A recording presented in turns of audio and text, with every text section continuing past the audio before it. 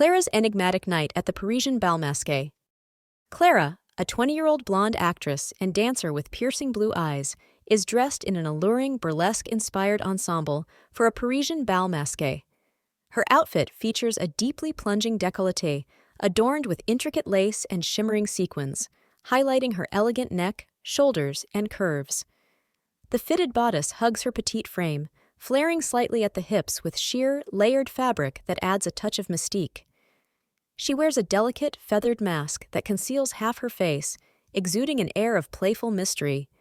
Her lips are painted a bold red, and her blonde hair cascades in soft waves, completing her seductive, fetish-inspired look.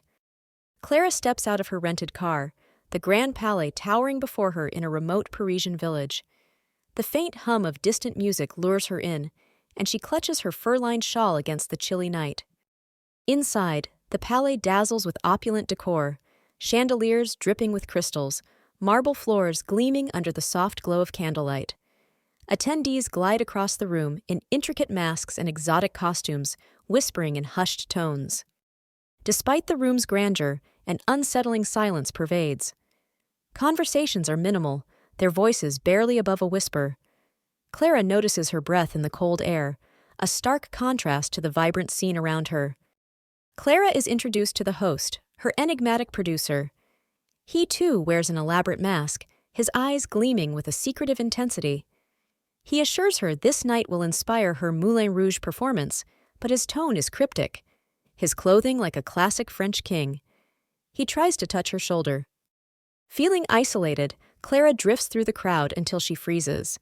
Across the room, her exact double, dressed in an identical burlesque outfit and mask, stares back at her. Their eyes lock, sending a shiver down Clara's spine.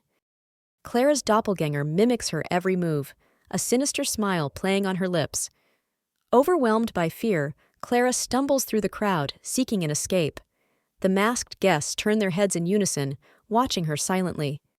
She reaches the parking lot and throws herself into her car.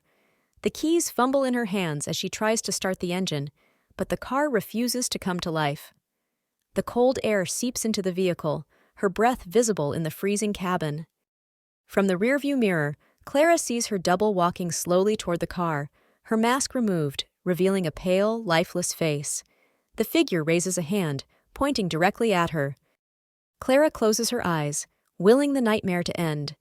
When she opens them, the figure is gone. The car finally roars to life, and she speeds away from the palais, heart-pounding dot. As she reaches the outskirts of the village, Clara glances in the mirror one last time. Her own reflection stares back, but for a fleeting moment, her eyes are not her own.